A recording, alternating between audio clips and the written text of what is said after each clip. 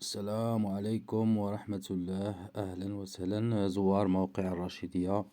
هاد الإعلان غادي نخصوه لأصحاب الإقامات المجهزة من شقق ومنازل وفيلات وكذلك فنادق، وأيضا الخيام بالنسبة للناس ديال المرزوقة. فيمكن لك أنك اللي عنده من هاد الأمور هادي فيمكن ليه أنه يضيفها في هاد السيت هذا. مني داكشي بسيط بزاف، ويعني وكيبين للزبناء جميع التفاصيل ديال الإقامة. فهكذا غادي توطى على هاد البلاصة ديال هاد ثلاثة ديال الشريطات اللي في اليمين، فكتكليك عليهم كيديك مباشرة لضيف خدماتي. كتكليك عليها، كتبع الخطوات وكتسجل والأمور كتمشي ميسرة.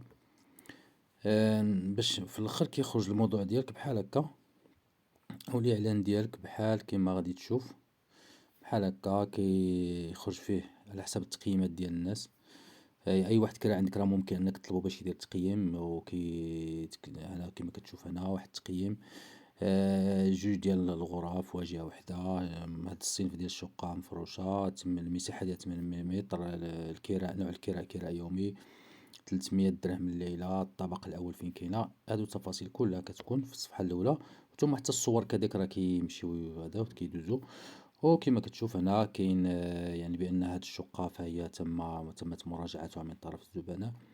هنا يمكن الناس يتصلوا بك. ثمن الكراء اليومي 300 درهم. الواتساب، الهاتف يتصلوا بك الناس. ثم كذلك الدردشة، الناس اللي بغا يديروا ضع تقييم راسلنا. ثم مشاركة ديالو في المشاركة ديال هاد الهدف. كذلك التبليغ عن مخالفة إلا كانت.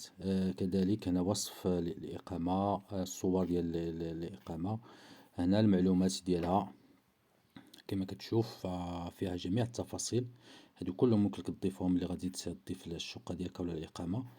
وهنا إقامة من طرف. وهنا حتى بالنسبة للموقع ديالها ممكن أن مباشرة الناس يتجهوا للإقامة مباشرة. لقيت الديريكشن راه مكتوبة لتحت. وهكذا كيكون الموضوع أنه يعني والإعلان ديالك تم.